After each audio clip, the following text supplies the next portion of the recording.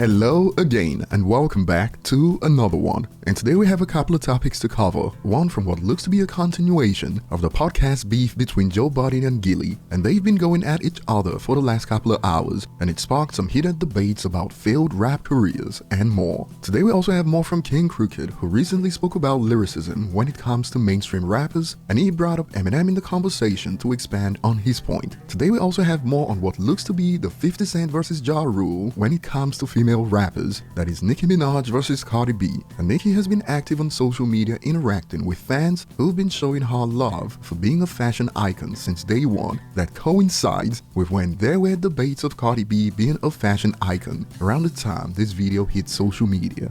I love clothes. It was hard back then to get a front row, even at the blonde show for me. Me and my publicist, we couldn't even get in some shows. We were trying to sneak in, like, oh, if they see us, if they see my clothes, you know, they're gonna wanna. No. It's easier now for females, and I'm not even mad at it.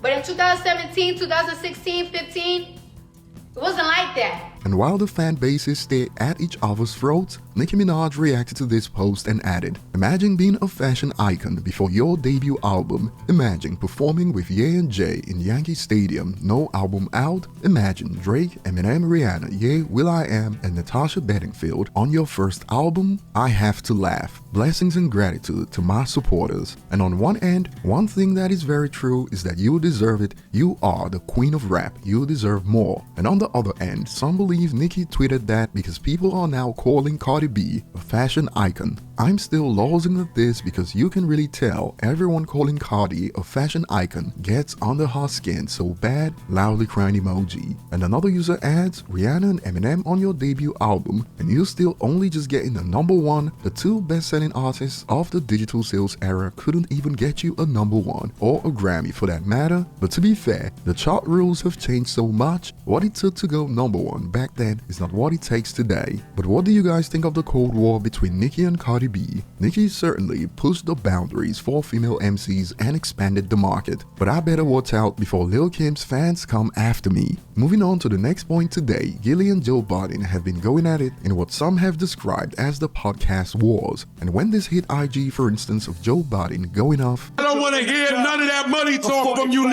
If I died today, your headboard is covering a very small window in your primary bedroom. I can tell it's not like that. Stop fucking playing with me.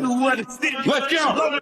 Gillie reacted under, when that money slow up, you want a podcast beef, facepalm and laughing emojis. To which Joe reacted under, I ain't like your little ad speech. I took that personally, loudly crying emojis. And over on Twitter, Gillie put Joe Budden on blast. After the washed up rap career, in and out all the rehabs, all the beating on women, now you want a podcast beef, laughing emojis. I'll beef when you start getting some ad money, skull emoji. And before we get to Joe's response to this, some believe Gillie is not one to talk about a failed rap career. When dudes talk about Philly rappers, they never mention Gillie up there, but when they talk about New Jersey rappers, Joe Budden's name gets mentioned. I like Gillie, but calling someone else washed up, and when your career was washed up too, is crazy. So essentially, like the kids say today, this user is insinuating that they are having a mid-off, and in response to this, a user states, LOL, there's only 8.5 rappers from Jersey. LOL, they both are failed rappers who never lived up to their potential, so they're both right technically, laughing emojis. And Joe Budden has hit back at Gillie with, you selling bomb out there for cheap.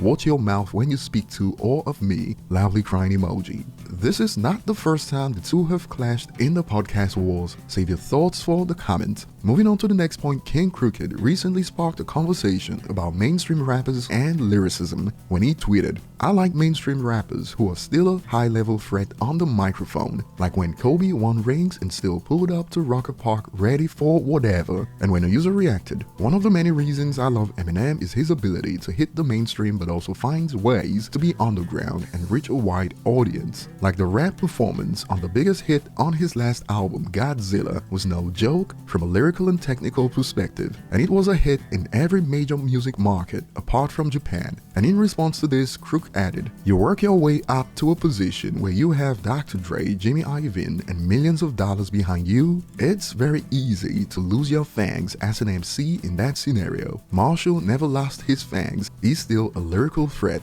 In fact, there's a group of Eminem fans online who've been complaining that he's gotten too lyrical. But what are your thoughts? Tell us below. Thanks for watching. Like and subscribe for more, and see you on the next one."